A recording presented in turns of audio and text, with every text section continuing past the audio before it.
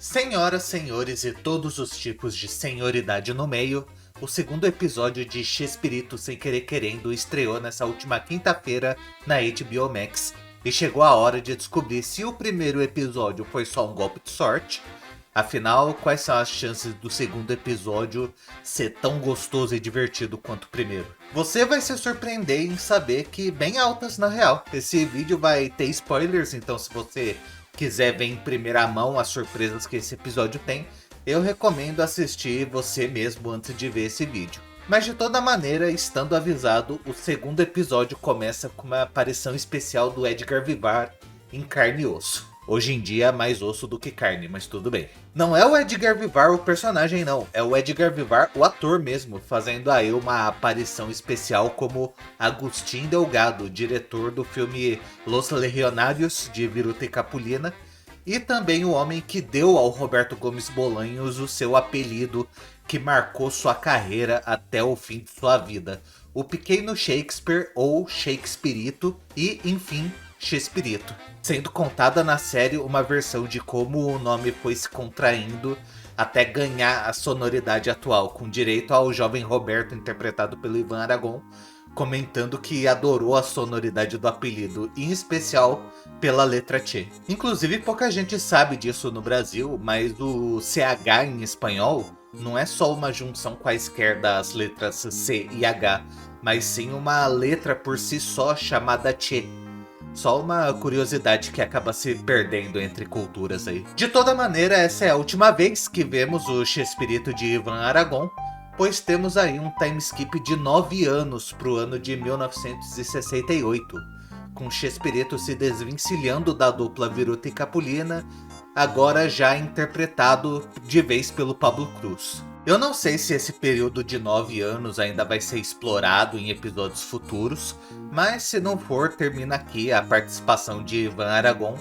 Mas não tem problema, pois nesse segundo episódio o Pablo Cruz dá um show de atuação que me deixou simplesmente assustado, mano. Sério, não tem outra forma de descrever, é algum tipo de bruxaria. O Pablo Cruz, caracterizado como Chespirito, em alguns momentos chega a parecer o próprio Chespirito em carne e osso daquela época. Eu já falei isso no vídeo anterior, mas nesse episódio a impressão é muito mais forte do que no primeiro. E não é nem só pela semelhança física, é toda uma postura e forma de agir, de falar, que é simplesmente como o Roberto era. Na moral, não tinham dois atores melhores pra fazer o Chespirito do que o Ivan e o Pablo, e eu nunca vou cansar de elogiar esses dois. Mas voltando para 1968, Chespirito, após se desvencilhar de Viruta e Capulina após uma briga nos bastidores, procura emprego na nova emissora de TV que havia acabado de estrear, o Canal 8. E aqui a gente tem a história da primeira versão de Ciudadano Gomes, a primeira série de Chespirito escrita e estrelada por ele.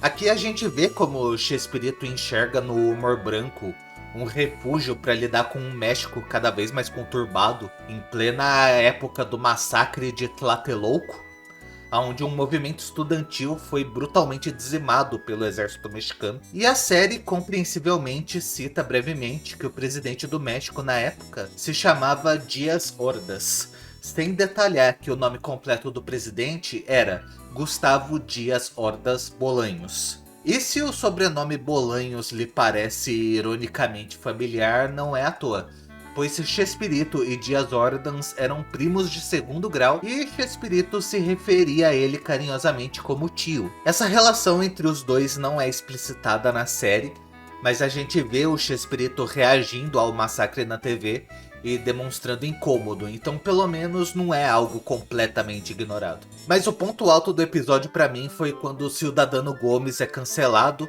e Chespirito tem que se virar nos 30 para convencer o diretor do Canal 8, o Sergio Peña, a dar mais uma chance para Chespirito com um novo programa. Um programa para o qual a gente vê Chespirito recrutando Rubén Aguirre, Ramon Valdez e Maria Antonieta de las Nieves, os super gênios da mesa quadrada. E nessa parte aqui eu chorei um pouquinho, pois ficou muito igual aos super gênios, e eu amo esse programa, sério. Se você conseguir achar os 10 episódios de 1970 de Super Gênios por aí, eu recomendo muito, porque é muito bom. ¿Sería capaz de casarse con una mujer de 28 años? Prefiero dos de 14. O episódio alterna entre essa jornada do Chespirito para se manter na TV na época do Ciudadano e dos Super Gênios e uma história em Acapulco. A prévia do episódio anterior faz parecer que o episódio 2 ia focar no Marcos Barragán e sua vontade de sair do programa. E até tem uma cena legal entre o Marcos e o Ramon Valdez do Miguel Islas. Mas a história em Acapulco do episódio acaba sendo sobre um momento fofo ali entre o Chespirito e a Graciela. Mas no final, quando a série volta pro fim dos anos 60, a gente tem um teaser digno de filme da Marvel, da época que filme da Marvel era bom. Chespirito está em outra pindaíba, seu trabalho no Canal 8 por um fio.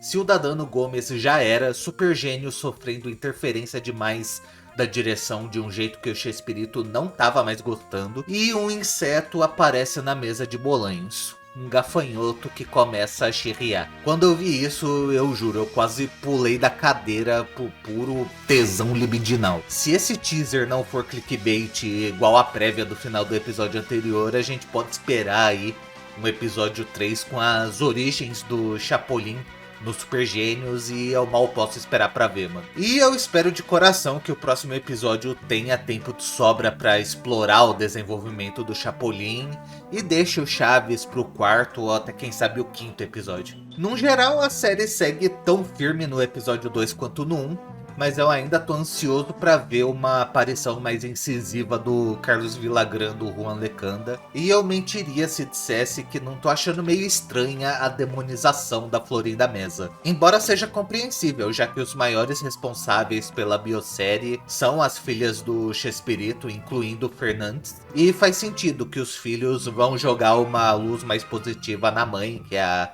Graciela e tal. Mas ainda assim, sigo ansioso pra ver o que o episódio 3 vai trazer em todos os quesitos da história. Meu nome é Riddle Snowcraft e essa foi uma breve análise do episódio 2 de Chespirito Sem Querer Querendo. E a gente se vê no episódio 3 e por enquanto é só.